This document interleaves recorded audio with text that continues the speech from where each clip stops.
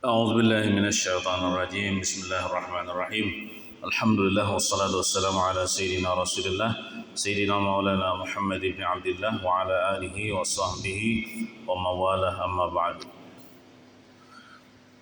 Allah Subhanahu wa taala berfirman dalam surah Ali Imran ayat 71 sampai seterusnya, yang bunyinya, ya ahlal kitabi lima talbisunal haqqa bil batil. Ujar Allah Ta'ala melewat lisan Nabi Muhammad SAW memandiri Allah Ta'ala atau Nabi Muhammad akan ahli kitab. Ahli kitab sini orang-orang Yahudi. Ya ahlal kitabi, wahai ahli kitab, wahai orang yang alim kitab Taurat.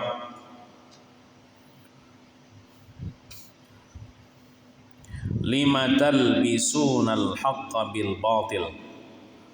Kenapa bubuhan nyawa ini katuju benar mencampur aduk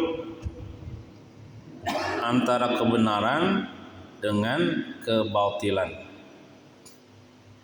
Jadi kitab Taurat itu diobrak-abriknya oleh orang-orang ahli kitab Yahudi ini.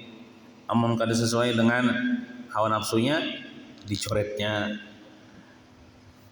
Nang sesuai dengan hawa nafsunya, dibiarkannya. Bahkan diubah-ubahnya. Diubah-ubahnya. Nah, itu kan kada jujur dalam ilmu pengetahuan. Khianat. Orang yang khianat atas ilmu pengetahuan.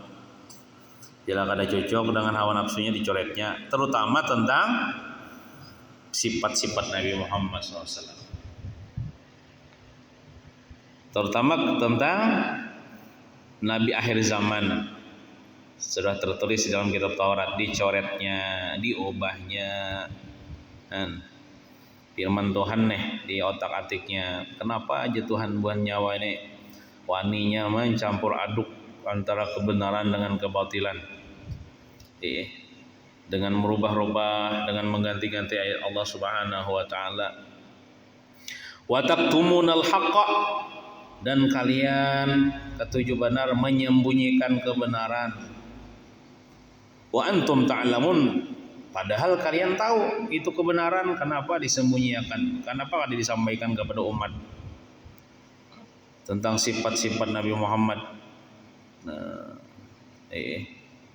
Karena buhannya nih iri dengki lawan Nabi Muhammad nih. Nabi akhir zaman buhannya kada hakun. Nabi akhir zaman itu kalangan Arab. Buhannya mengingkari akan Nabi Muhammad SAW. Buhannya mengingini bahwa Nabi akhir zaman itu di kalangan orang Yahudi, di kalangan Bani Israel. Tapi ternyata Tuhan berkehendak lain. Lalu mereka ini iri dengki, lalu mereka mengubah-ubah, mengotak-atik, mencoret akan sifat Nabi Muhammad SAW. Dan kiasnya di zaman sekarang, ada beberapa oknum-oknum yang mengingkari atau mendustakan akan keberadaan zuriat Nabi Muhammad SAW. Dikatakannya Habib-habib, syarifah-syarifah nang zaman sekarang ini jadinya kada tersambung nasabnya dengan Nabi Muhammad SAW. Dikatakannya putus, dikatakannya ma'ada-ada atau abal-abal. Nah, itu bahaya tuh.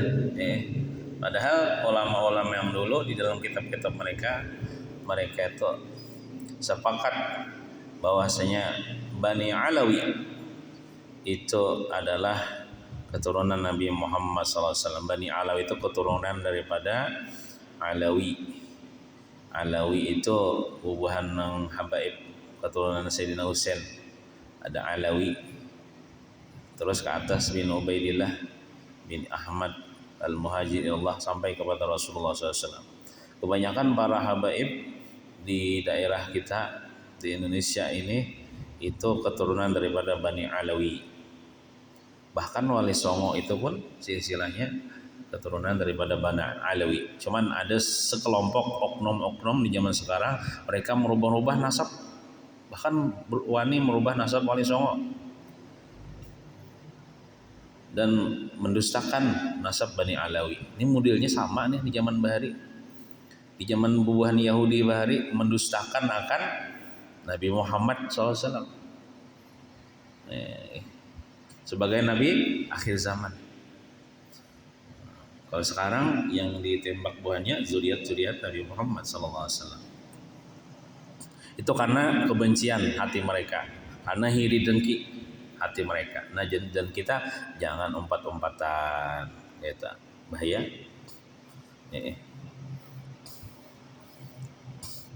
Kemudian dalam ayat berikutnya Allah Subhanahu wa taala kisahnya mengisahkan akan bagai nang lain pulang daripada tipu daya orang-orang Yahudi dan kejahatan orang-orang Yahudi, yang mana orang-orang Yahudi daripada ahli kitab mereka menampakkan keislaman di awal hari subuh awal hari. Kemudian mereka itu menampakkan kekafiran di akhir hari. Kemudian itu apa fungsinya? Supaya mereka itu membuat ragu manusia tentang agama Islam, supaya orang yang Islam itu bakapir pulang. Lalu Allah Subhanahu wa taala mengisahkan dalam ayat berikutnya wa qala ta'ifatun min ahlil kitab aminu billadzi unzila 'alal ladzina amanu wajhan nar. Wa qala ta'ifatun, berkata segolongan daripada ahli kitab, ya bubuhan Yahudi. Kalau dalam tafsir itu disebutkan siapa ngaran-ngarannya itu berjumlah 12. Maka daripada pendeta-pendeta Yahudi, pendetanya orang yang alim di kalangan Yahudi, siapa namanya? Di antaranya Abdullah bin Saib. Ada juga Abdullah lah, tapi orang Yahudi. Adi bin Zaid, Haris bin Haras, dan Ka'ab, dan sahabat-sahabatnya lain banyak lagi, 12 orang aja. Kenapa aja buahnya? Aminu billadzi unzila 'alal ladzina amanu. Berimanlah kalian, berimanlah olehmu dengan yang diturunkan atas orang-orang yang beriman dengan Nabi Muhammad. Artinya berimanlah dengan sebagian Al-Quran masalah kiblat. Yang Muhammad sembahyang ke arah ke arah kiblat itu. Nah, wajhan nahar tuh ya awal siang tuh ya waktu fajar, waktu subuh. Yang kisahnya kayak ini. Nabi kita waktu hijrah dari Makkah ke Madinah, sampai ke Madinah, Nabi itu sembahyang sini menghadap Baitul Maqdis di Palestina tuh. Jadi modelnya tuh model himong nih, buat Yahudi kan itu Baitul Maqdis tuh kiblatnya orang Yahudi. Nah, kiblatnya orang Yahudi. Jadi asalnya Nabi kita menghadap Baitul Maqdis. Cuman hati Nabi kita nih modelnya tuh mau kayak kali nyaman menghadap arah Baitul Maqdis. Kenapa? Ya, Muhammad menghadap, berarti Muhammad orang Yahudi ya. Muhammad ini sama aja agamanya agama kami aja Yahudi. Kali nyaman Nabi nih disangka sebagai orang yang beragama Yahudi. Lalu Tuhan paham. Akhirnya kan ada kalau ayat nang menyuruh untuk menghadap ke Ka'bah. Ada namanya di Masjid Qiblatain kah? Masjid Qiblatain, masjid dua kiblat. Itu asalnya aja Masjid Qiblatain itu rumah seseorang perempuan kan, nang Nabi situ sembahyang zuhur kan, bukan ada salah. Asalnya menghadap ke Baitul Maqdis. di ketika salat itu turun ayat yang menyuruh Nabi dan kaum muslimin seberatan menghadap ke Ka'bah. Itu kayak apakah caranya Nabi berputar ke arah Ka'bah. Wah, Nah, asalnya kayak itu. Nah, jadi ujar bobohan nang Yahudi.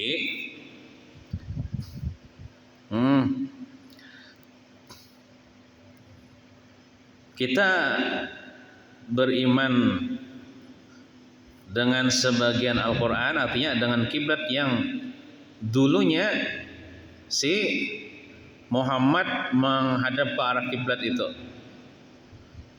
itu sembahyang fajar. Nah, waqfuru akhirahu, ayat itu kan. Dan kafirlah walimah, artinya jangan menghadap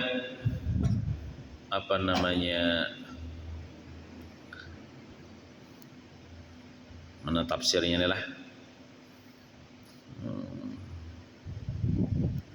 Mana tafsirnya nih?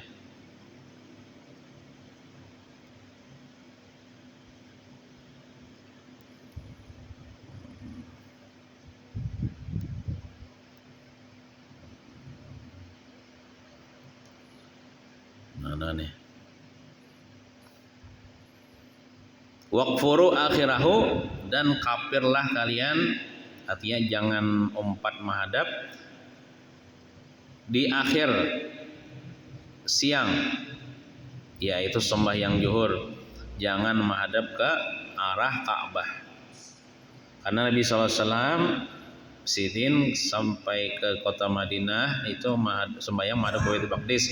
Lalu orang Yahudi himong, dan orang Yahudi ini mengiming-imingi Muhammad ini bergabung dengan orang Yahudi dan tergolong orang Yahudi. Tapi Nabi Muhammad ada hakon. Orang Yahudi ini agama kafir.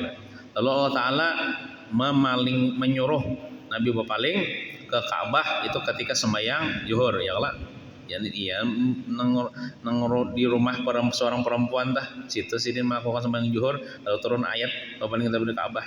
Akhirnya itu rumah yang Nabi kita Muhammad SAW sembahyang dengan para sahabat itu hendak ditukari gitu nah, hendak ditukari seseorang, hendak dijadikannya masjid, karena ini bersejarah ini. Di sini terjadinya Nabi berpindah itu ampun si ayah berpindah kiblat, lalu itu ampunnya ampun seorang perempuan, hendak ditukari kada akun perempuan adanya. Aku ada akun ditukari dan aku nih kuwakafkan aja. Akhirnya diwakafkan jadi masjid, namanya Masjid Kiblatain. Kalau misalnya peman adul kita tolong umrahin lah, cari kita Masjid Kiblatain. Nah di situ mungkin ada petanya itu, tulisannya, sejarahnya situ. Apa Masjid Kiblat ini masjid dua kiblat, karena Nabi itu pernah sembahyang di sini. Rasanya rumah Nabi itu belum masjid lagi, sekarang aja dijadikan masjid. Maka perempuan itu siapakah namanya? Itu jadi amal jariah bagi seorang perempuan tuh berapa sampai sekarang kan berapa banyak sudah orang sembahyang di situ. Ambil berkat Nabi pernah sembahyang di situ. Nah, lalu tenangnya Nabi ini menghadap arah kiblat. Belawasan sampai ini menghadap kiblat gitu nih Nabi Muhammad nih. Nah, asalnya dulu menghadap ke Baitul Maqdis. Lalu muarai orang Yahudi nih. Kenapa? Nabi Muhammad lagi menghadap ke arah kiblat orang Yahudi yaitu Baitul Maqdis. Sarik kayak orang Yahudi. Sarik orang Yahudi. Lalu bubahan Yahudi, pembesar Yahudi namanya Ka'ab bin Ashraf, Malik bin Saib berkata kepada sahabat-sahabatnya, kita beriman aja dengan kiblat yang disuruh Muhammad menghadap ke situ.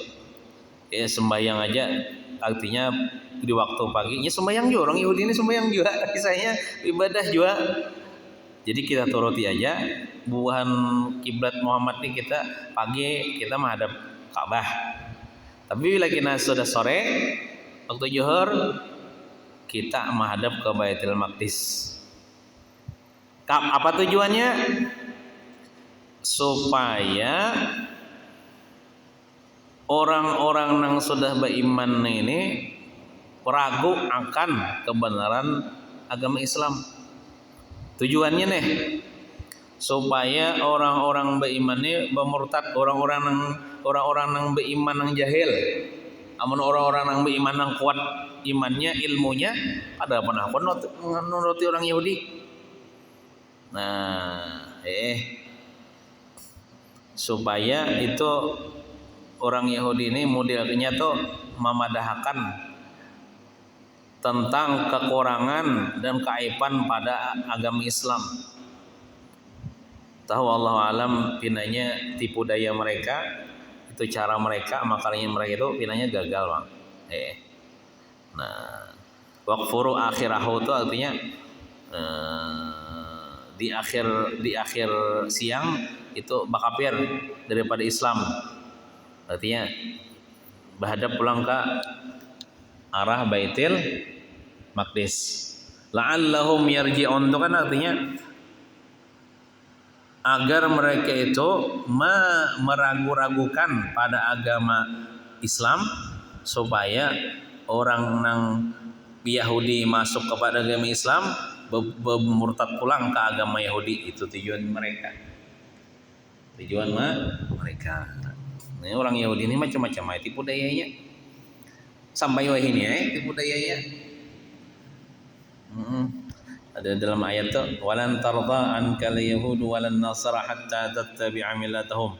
Orang Yahudi, orang Nasrani tidak akan senang kepada kalian wahai orang Islam kecuali kalian sudah mengikuti cara mereka. Apakah lagi masuk ke agama mereka baru mereka senang. Makanya mereka ini gencar. Orang-orang Yahudi ini hendak meyahudiakan seluruh umat manusianya, seluruh dunia hendak diyahudiakannya. Orang Nasrani gitu ya, hendak dimurtadkannya, hendak dijadikannya, hendak dikristenkannya seluruh umat manusia di dunia ini. Baru inya senang. Jadi selama kita nih Islam ini bersatu, jaya, istiqomah, buahnya itu kada senang, kada tenang. Itu mereka itu sudah dipadahkan Tuhan dalam Al-Quran. Jadi di antara sifat yang jahatnya tadi, para pendeta-pendeta Yahudi, pendeta-pendeta Nasrani itu masuk aja wah ini. Mereka itu memalsukan firman-firman Tuhan yang sebenarnya, merubah mengotak-atik firman Tuhan. Kada jujur. Nah, kita jangan gitu. Wallahu alam bissawab. Al-Fatihah. A'udzubillahi minasyaitonir rajim. Bismillahirrahmanirrahim. Alhamdulillahirabbil alamin arrahmanirrahim maliki yaumiddin. Iyyaka na'budu wa iyyaka nasta'in.